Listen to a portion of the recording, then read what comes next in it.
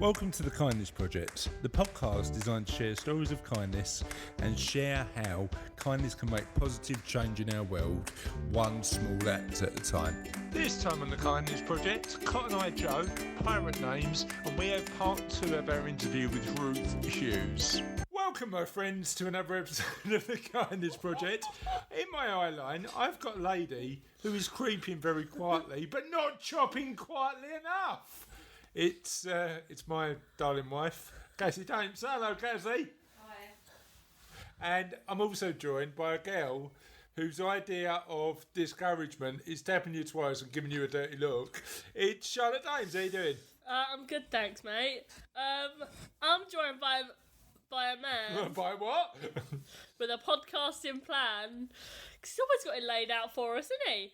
It's Chris James. That really went off trail. I've got my Word document. I've got my questions of the podcast.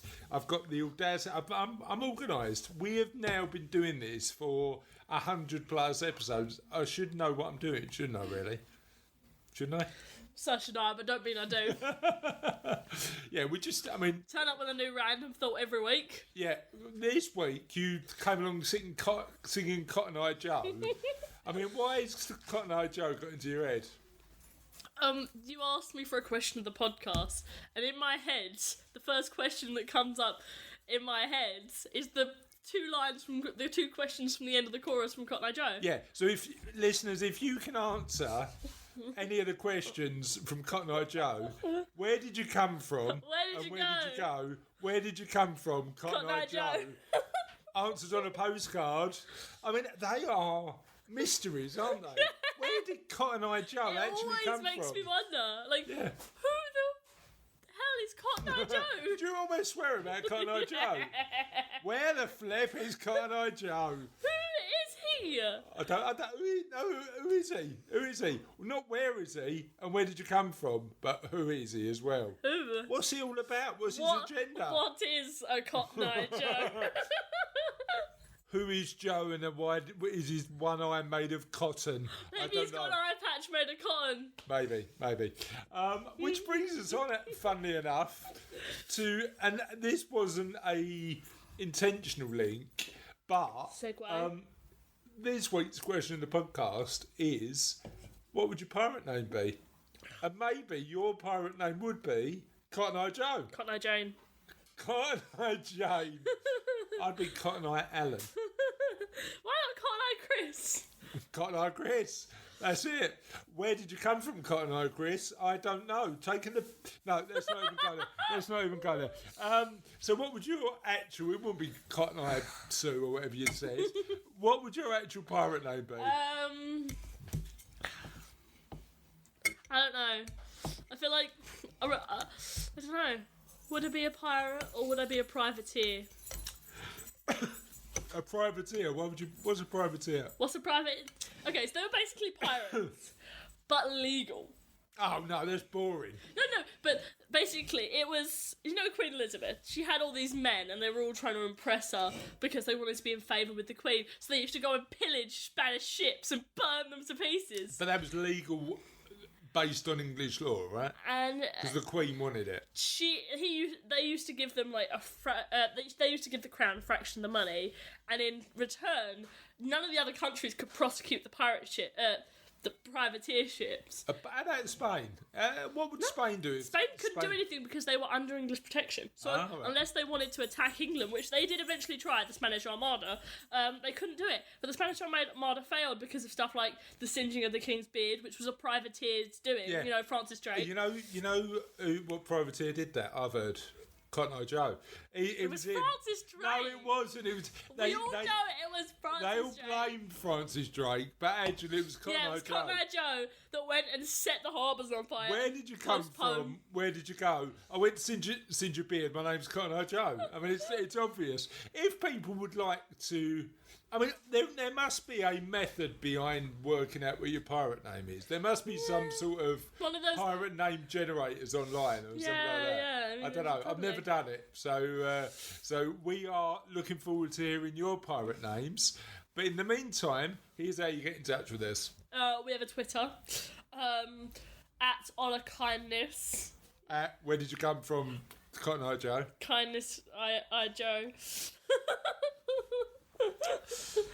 Where did you come from? Where did you go? I was acting. I was enacting an act of kindness. My name's Cotton Eye Joe. We were Facebook, and we're under the Kindness Project. I know, Facebook. Completely revolutionary. We should buy shares. Probably too late, to be honest. I think we've missed that by about 10 years. Facebook's there, and you can... Should we buy shares in Google? Is it too late? For that? Too late. No, I hear they're selling like wildfire. What's the next revolutionary tech trend we could buy shares in? Amazon? no, Amazon's a bit more mature. Yeah, I don't know. We don't stay in touch with any of this sort of stuff. We should, because we're quite tech savvy. Podcast, no. Podcasts don't make any money. Podcasts are quite old now. Podcasts don't make money. Yeah, well, some do. Some are sponsors. Oh, yeah, like Gimlet Media. They make so much money because they have so many Patreon supporters. Yeah, well, maybe we should do that. Maybe we should ask for Patreon supporters. Where would the money go, though? To charity. Yeah, Give it away. It's not like we need it. Where would the money go to? Cotton Eye Joe. I want to start a charity called the Cotton Eye Joe Foundation and give all the money to Cotton Eye Joe. And the only reason for the Cotton Eye Joe Foundation is to work out where did he come from, where did he go. I want to do research into Cotton Eye Joe. No, but what kind of people would you associate with the what kind of people would we be helping with the Cotton Eye Joe? I was going to say religion. People, the Cotton Eye Joe cult. The people wouldn't be the first one I started. The people we'd be helping if we found out the answer to where would you come from, where did you come from, where did you go, is people like you who wake up at 2 o'clock in the morning going, where did Cotton Eye Joe go? It wasn't 2, it was 1:32. Thank you very much. Well, look at their mobiles and go, it's 1:32 in the morning, what am I worried about? Where the heck Cotton is Eye Cotton Eye Joe? Where's Cotton Eye Joe gone? No, Anyway, you never know, it could be like a charity to find lost family members or something. called Cotton Eye Joe. Yeah, where did he come from, where did he go? Yeah. Lost people. The Cotton Eye Joe Foundation, so we can find lost people. Where did you come from? Where did you go? Anyway, shall we crack on with the show, Cotton Eye Joe? Yeah, go on then. So, as we can't find Cotton Eye Joe, shall we share a bit of good news? Where the heck is he gone? Yeah, sure, go on then. So, my good news story this week is about a Welsh teacher. So Welsh teacher howls the math whisperer after all his students got an A+ on a tricky exam. Oh. Last month, a Welsh teacher waited with bated breath while his class of 30 students counted down together towards the moment when they would all open the results of their maths exam. When the moment finally arrived, a chorus of gasps erupted from the class of mostly minority, low-income and English second language speakers when they realised each and every one of them had got an A star. Francis Elve, a teacher at Fitzallen High School in Cardiff, Wales, has been hailed as the maths whisperer since he managed to guide each and every one of his pupils to the highest possible grade. One question, that's amazing and great work by that teacher. Who's the maths whisperer at your school? Who's the best teacher of maths? I don't know, we lost a couple. Did you? We lost 3. Who's been the best teacher of maths at your school ever? Well, we had Mr. Shamsy, but Okay. I did prefer Miss Villani. Did you? So Mr. James and Miss Villani. And I've got another piece of good news. Researchers develop ultra-absorbent device that can pull record amounts of water out of thin air. It's magic. So for many of the world's poorest nations, one of the greatest environmental threats to their health remains the lack of access to safe water. Thankfully, scientists at the Johns Hopkins Applied Physics Laboratory in Laurel, Maryland, have identified highly absorbent materials that can extract a record-breaking amount of drinking water just out of the air. Yeah, because there's lots of moisture. water vapour. Yeah. and it could potentially lead to technologies that supply potable water in the driest areas of the planet. Now, what we can do with science is amazing, isn't it? The researchers, a team from APL's Research and Exploratory Development Department, led by Zion Zia, Matthew Logan and Spencer Langevin, described their discovery in this week's issue of Scientific Reports. And it goes into a lot of sciencey stuff that, frankly, I don't understand. But the fact... the fact that they can do that is amazing. That's a miracle. Well done, those three scientists. Should we get on with the show? Yeah, go on. So, on this week's podcast, we've got a second part of the interview with Ruth Hughes. Now, Ruth is a positive psychologist. Ooh. And she's talking quite a lot in this part of the interview about... things that we can do to make ourselves psychologically healthier, to improve our mental health. Should we give it a listen? Yeah. Is that because the novelty bias is more immediate but less longer lasting than the familiarity bias, right? And it's also something to do with the two types of happiness, hedonic and eudaimonic. Yeah. So your hedonic happiness is really... satisfied by nice food and new weather and meeting new people, and also you're talking about identity, but that kind of sense where you almost feel like you can reinvent yourself in a new place, and, and you can become the person that you expect to be. Right, but sustaining that takes effort. You become tired, and also when you're meeting new people a lot, you're trying to impress them and be that best possible person that you can be. And at some point you kind of think, well, my old friends loved and accepted me, however grumpy, and I didn't have to try to be this new, wonderful, shiny person all the time. And you just get tired. Sooner or later, you hit a crisis point where you just want to go home. And that can turn, or if it's a new job, you don't want to do that job anymore. You want to go back to what you had before, even if you had very good reasons for moving on from it. And with mental health, you can go one of three ways. So you can either start to adjust and go up the other side of the. It starts off as a U, but then it becomes a W, and that's the most common trajectory. But sometimes you can turn against the new place. And you think, this isn't what I had anticipated it being. I don't like these people as much as the old people. And you leave, you move. Or you can turn against yourself and you can think, well, everybody else can adjust and I can't. Why can't I? And it's because I'm anxious or I'm depressed. Although those feelings are part of our human condition. We need, anxiety. If you're in a new situation you've never dealt with before, of course you're going to feel anxious. It's your body preparing you to deal with new situations and give you energy and give you that way of dealing with it. It's just when it becomes chronic and debilitating that it's an issue. And the same with depression. If you're missing people you love, you're going to feel sad. That is a normal contextual response to change. And we can work through it and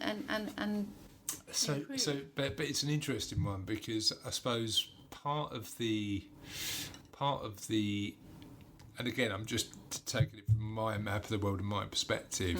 If there's something that you're not happy about in your life, and I know, and again this is why I'm really conscious about saying that, and you're potentially resistant to change,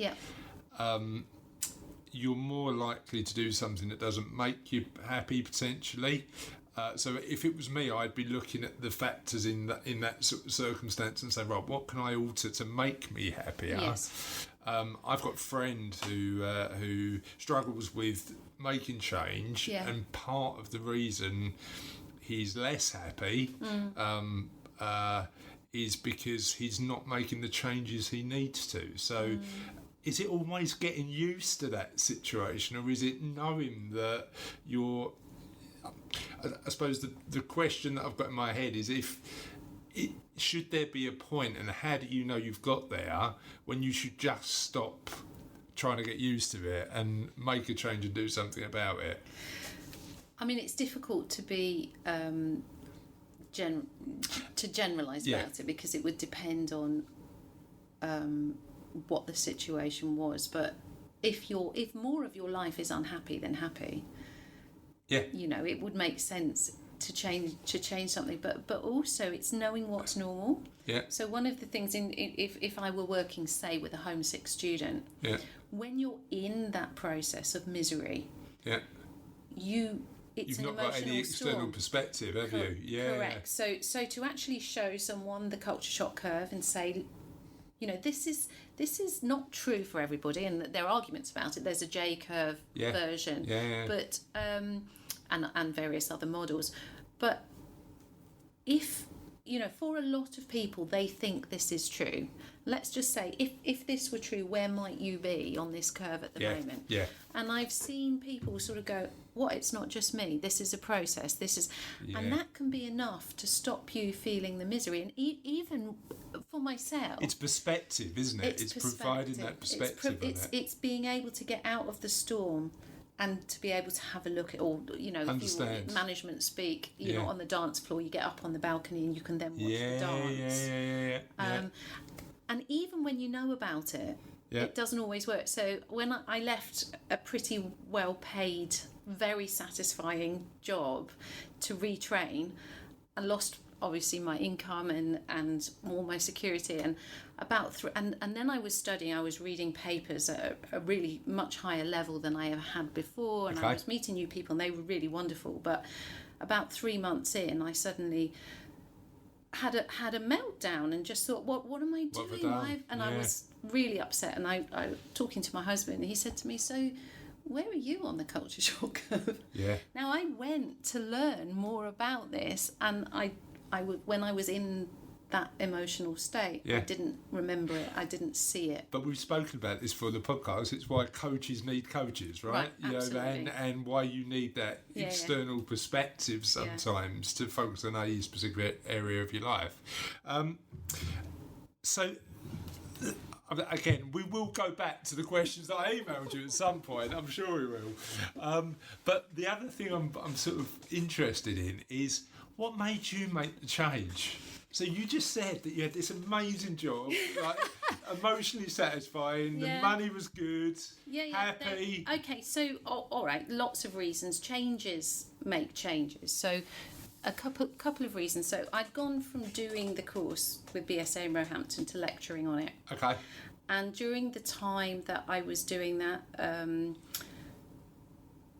I was hearing more and more teachers and pastoral leaders, not all of them teachers, talking about this increase in mental health issues, and that sense of helplessness that I talked to you about at the beginning, of not knowing quite what to do. And I was in a position where I was their tutor and I was supporting them, and I didn't feel I had enough information to be able to help them.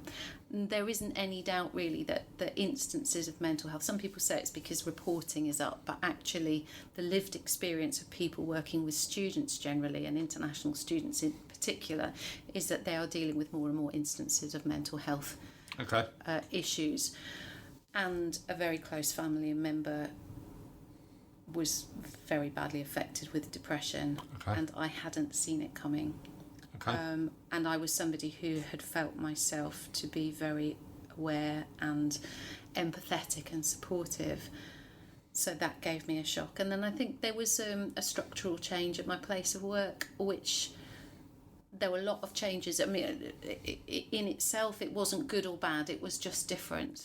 And it caused me to look at my life, what I was doing.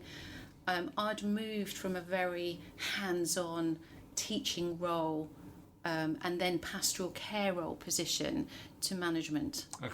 And I was finding myself doing more strategic reports and being away from people more, and I suddenly thought, actually, that curiosity that I described at the beginning It's That's always, what you want to do. That's what I want to do. Yeah. And the difference now, you know, I talked about activating those strengths, doing a positive psychology master's if curiosity, creativity, love, perspective and love of learning are your top strengths. You want to be doing that all the time, You want to be doing that all the time. Yeah. And fair now what I'm doing is passing on what I've learned, and I love it. So, cool. yeah. Amazing. So, I think that might be the longest first two questions we've ever done. But no, it's brilliant. So I want to talk a little bit about comparison. Okay.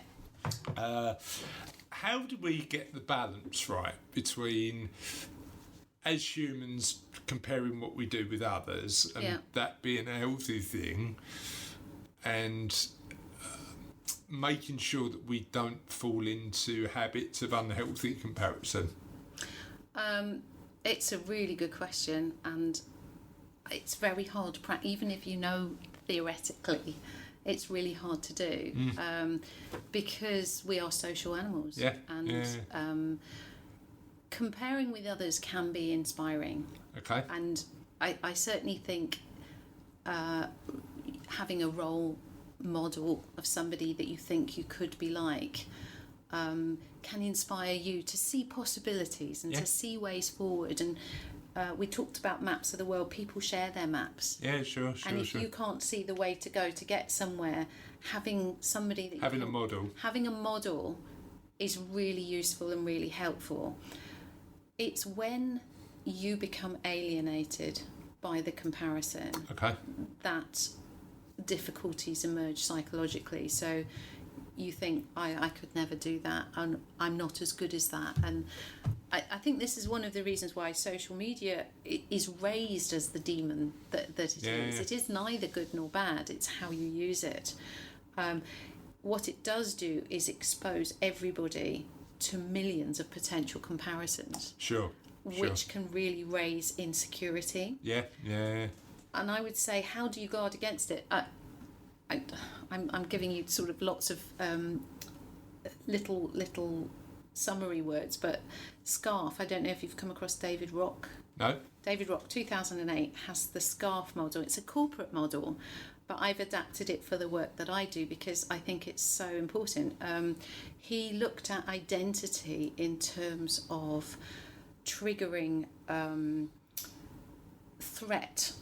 So the SCARF spells out status, certainty, autonomy, relatedness and fairness. As central parts of everybody's identity. When those elements are threatened, the hormones that are released go straight to the amygdala, to the primal part of your brain. Your neocortex and your amygdala tend not to be able to work at the same time. So the rational thinking part struggles in shuts down. So when you threaten, and you can think about examples when your status is threatened, when you don't know what to do, when your sense of certainty is threatened, when your sense of autonomy is threatened, you shut down. And you have to deal with that threat. If you look at children, go, it's not fair. Until that fairness has been resolved, they cannot think. And that's one of the things that why it was so useful as a corporate model, because if you have a boss who shouts at you or threatens you, you become less able to do your job. Because your neocortex shuts down. However, conversely, if you boost those things, then your neocortex is activated because serotonin and dopamine go straight to their receptors are in the neocortex, and it makes you better able to think, and better able to be creative. So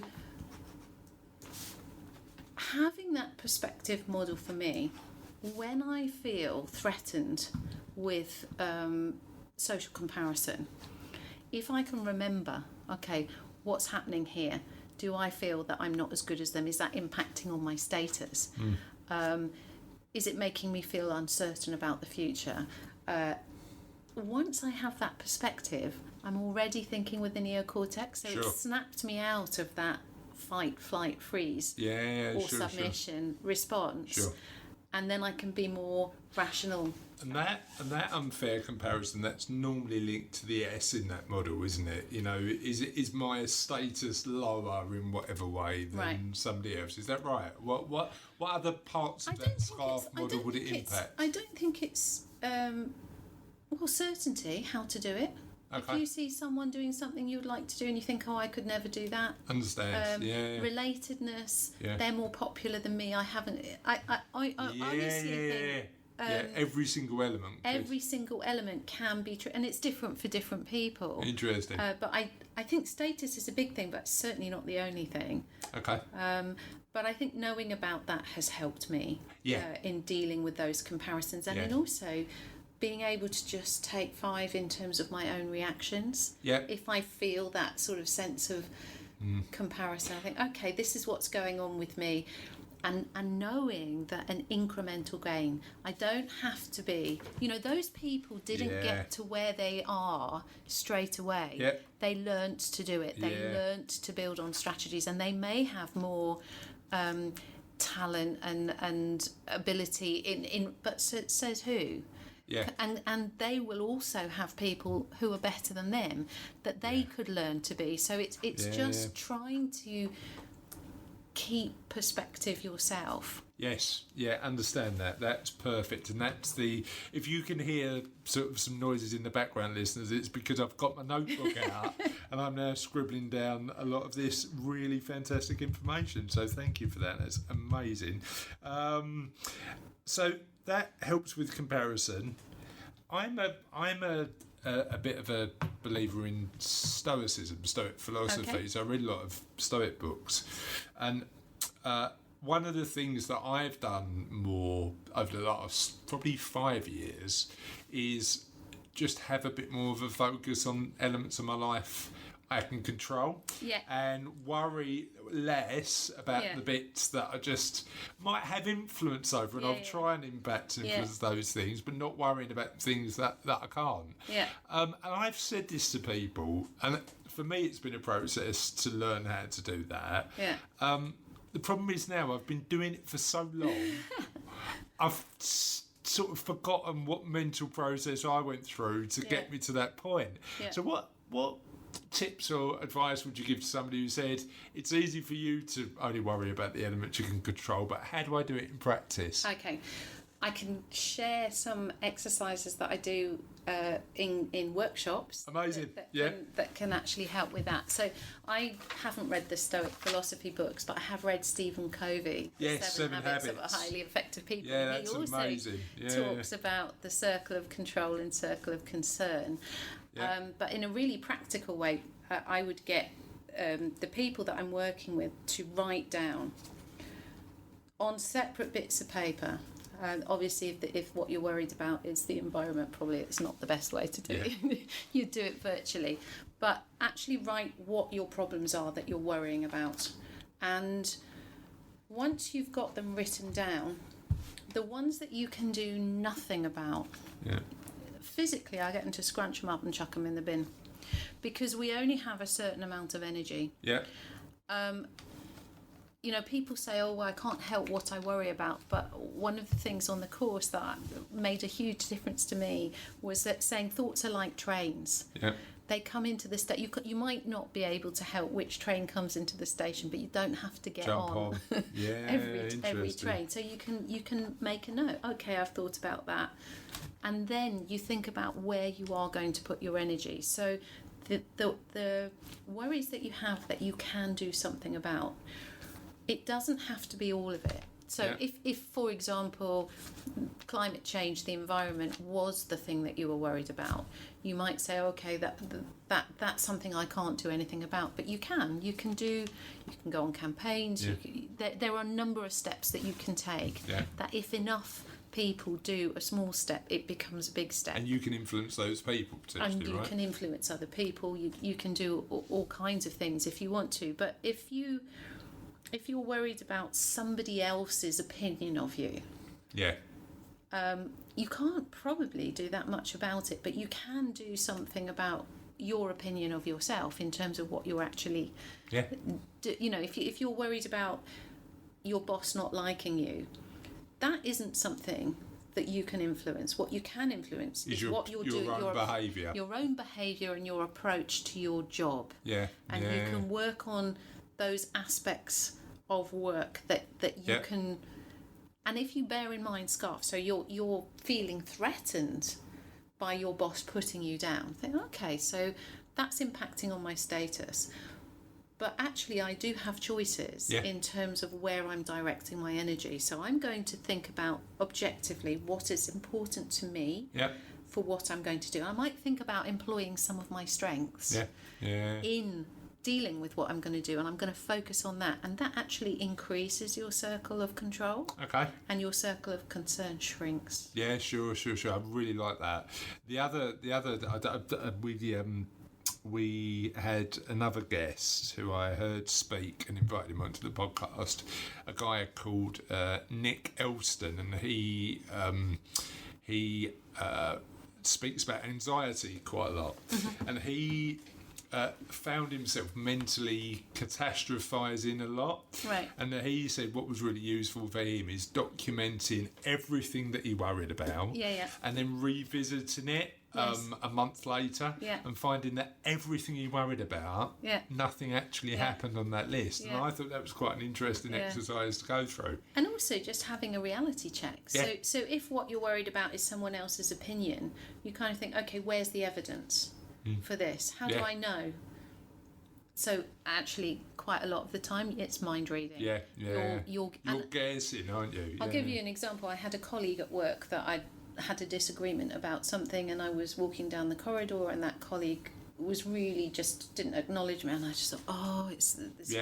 Anyway, I found out later that day that he'd had a bereavement, and so my mind reading was saying that he had acted in that way because he didn't like me, and it's interesting, isn't it? It was nothing to do with me at all. And actually, when I did find out what was wrong, and I went and spoke to him, he was lovely, and he was obviously very upset, but was really pleased that I'd come and spoken to him.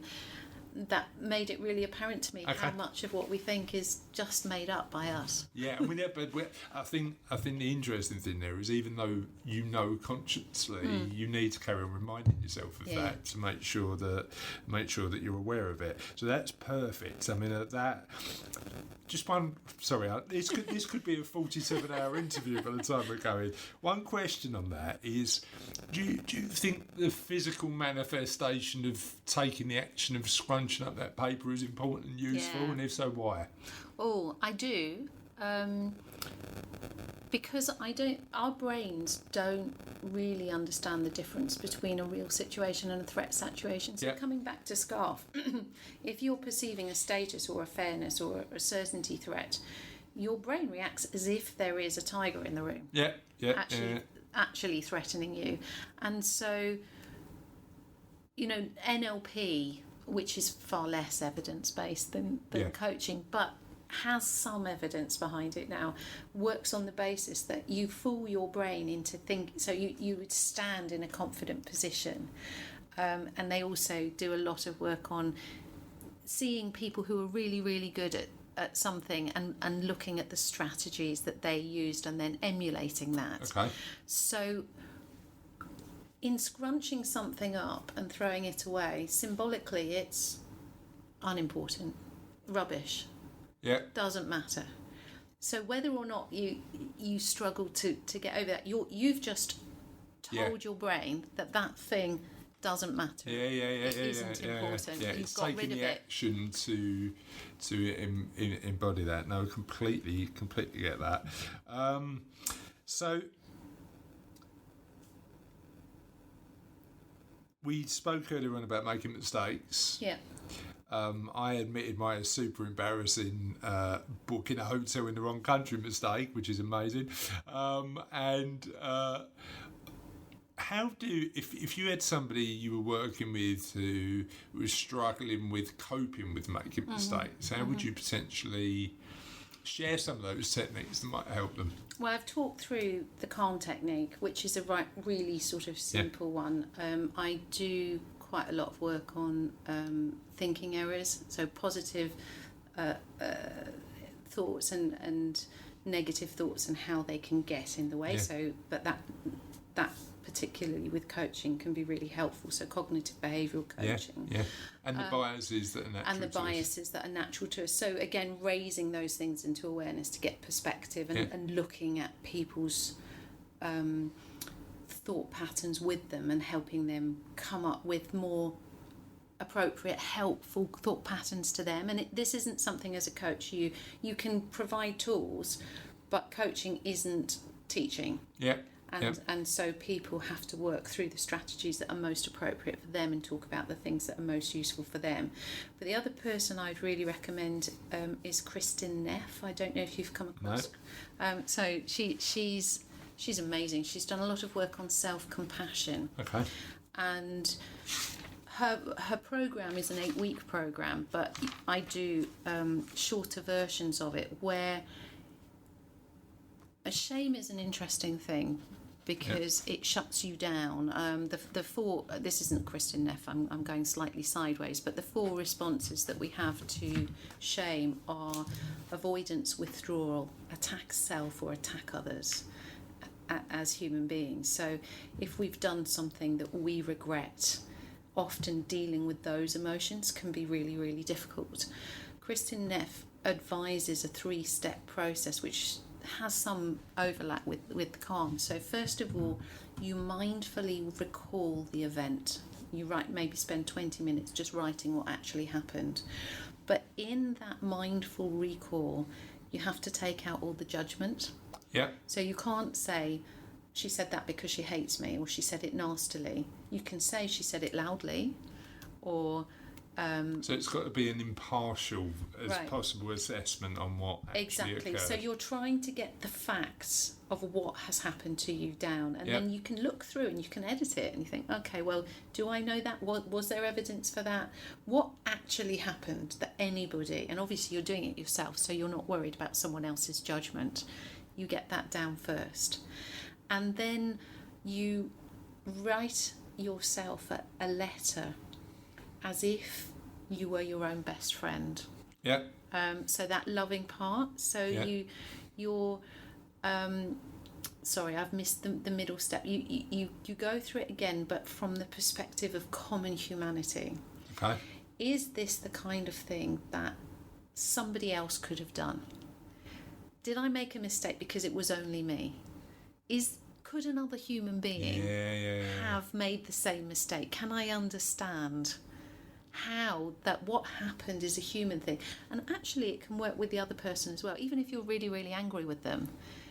As soon as you start to think about common humanity, and particularly if you've got a scarf in your background, you might think, well, okay, were they under threat in certain areas? Were they under threat? Can I see how a human being might have behaved like that? To give yourself a humanistic understanding of that process. And then finally you write yourself a letter which is both loving and has in mind what you could learn from it.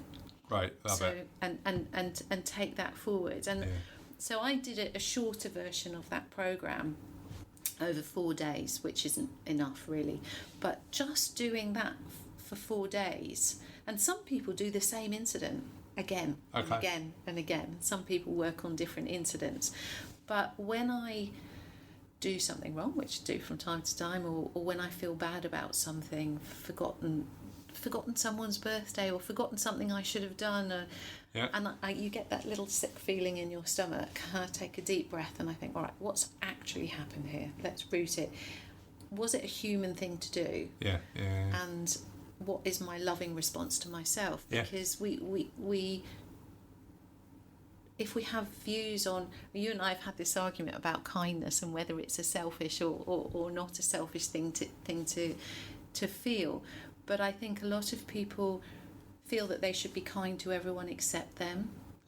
And we are all equally deserving of our kindness, including ourselves. I absolutely agree with that. I think you have the opportunity to be more kind if you're kinder to yourself first. Absolutely. Than altruistically giving your kindness to other people without focusing on it immediately. Left. We talked about Covey. One of his key questions is, when are you too busy to fill the car up with fuel? Agreed.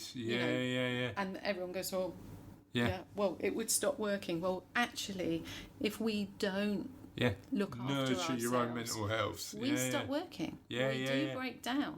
And it's I mean, I think the reality of it is that starting point. If you want to really live a life where you're giving to other people, you've just got to take that time so that you can do that for as long as possible. It's a marathon, not a sprint, isn't Absolutely. it? You know, it's one of those things where you need to make sure that you can do it pretty consistently. So let's talk about, and we had a brief conversation about social media earlier on, but there's loads of noise around, isn't there? There's the noise of media, there's gossip, there's news, there's everything. How do we get better at just making sure that we're focused on the stuff that's important and ignoring the irrelevant noise in our lives? What's irrelevant? I suppose it depends on the individual, doesn't it? What do you think? What's relevant to you? Well, I suppose just the things that I don't know. I've already said I'm pretty much intensely curious about everything. Okay. For me, it's more about building in sufficient time for the things that are important. Yeah. I mean, I do spend too much time zombie scrolling, if I'm honest. Okay. But I find we all do. Yeah, we all do. But I find out such amazing and interesting things through doing that. You know, if I'm looking through the news and if I'm looking on LinkedIn, and I'll find an article, and I'm a great one for connecting different things. Sure. You know, bringing different fields together. So what I think the problem is if you're so distracted by the noise, you forget to live your life. Yeah. I'd gone on and on about Covey, but he talks about putting in the big rocks first. And so I would say it's really important to think, what are those things in your life that will add to your well-being and to the well-being of others, because we're not individuals. You know, well-being is about what's good for other people, the community that you live in, not just yourself. Otherwise, you know, narcissists don't have good well-being. Their well-being, it's got to be about how we engage in our social communities and not just being selfish. But equally, somebody who always puts other people first actually isn't a very good role model. That's one of the reasons I like to work with teachers. Teachers are very selfless in nature, right? Exactly right. And so they're when I'm doing well-being workshops, I'm trying to talk about the importance of implementing it in their own lives, and quite a lot of teachers are focused very much, no, this is for the children. But what kind of a role model are you if they're seeing you work late every night, looking tired, looking harassed, looking stressed? You're someone that they admire, they look up to, and you're saying, no, look after yourself. But they're seeing you say that to other people and not doing it. Those young people are not going to It's modelling, isn't it? It's modelling. And also, it's, as you say, having the resources, because if you can't look after yourself, you're literally less able to look after other people. So it's understanding what you need to do, what big rocks to build in to protect your own mental health. And honestly, I just used PERMA. Martin's, have you come across it? No. So Martin Seligman, I talked about him earlier, in 1998, talking to the American Psychological Association on what we do that's right for people. He's come up with a model called PERMA, PERMA, and it's now had an H added to it. So P stands for positive emotions. They're brilliant because they work in the now, in the past, and in the future. So if you tell me something that creates a positive emotion in you, what do you like to do?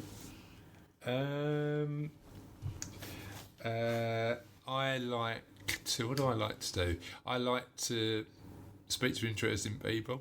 I like to exercise. I like to spend time with my family. I like to travel. Okay. I like... Can we choose one just for the moment? I would, but travel. Okay, so let's say we chose travel. That creates positive emotions in you. What emotions does it create? I like... so I think it plays into my positive identity that I like a bit of an adventure, and I'm curious by nature, so I like to have different experiences. Sorry, I'm just going to stop you a minute, because we find it quite difficult to name emotions. Yeah. And you're naming experiences. Excitement is the emotion. Any more? Nervousness often, but a controlled nervousness because I'm nervous about a new experience, but I know that actually that nervousness I'll get over and it's good for me over the longer term. Okay, and other positive emotions, can you? Fun. Yeah, because some people with travel, you might get somebody who thinks about awe or serenity. Depending on what your travel experience is. Yeah. But usually I find when I'm talking like this with people, to actually name the emotions can be quite hard. We don't tend to engage with describing our emotions. And then you think about where those emotions come from and where else you have them in your life. Yeah. So could you give me a description of a travel experience where you felt real positivity? That was a great travel experience.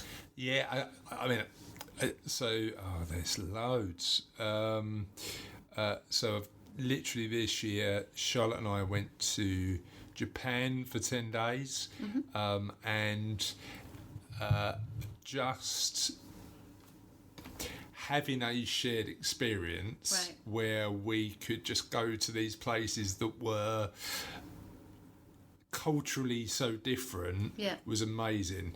I think part of the reason that I loved it so much is I got to share it with her. Yeah. I'm getting all emotional now. This is and really interesting your whole face conversation. Is lit up. Yeah, it's interesting. Thanks for the coaching. Are you going to send me an invoice later or what? What's going? But no, just the benefit for me was just. I'm a big believer in creating memories. So that experience for me was to say, do you remember when we did that? When we got on a bullet train? Yeah. I mean, it was funny because we had this experience, and we've spoke about it on the podcast before, where I was in awe, funny enough, of just the bullet train coming into the station, and I said, look, that's just an amazing, incredible feat of engineering if you just look at it.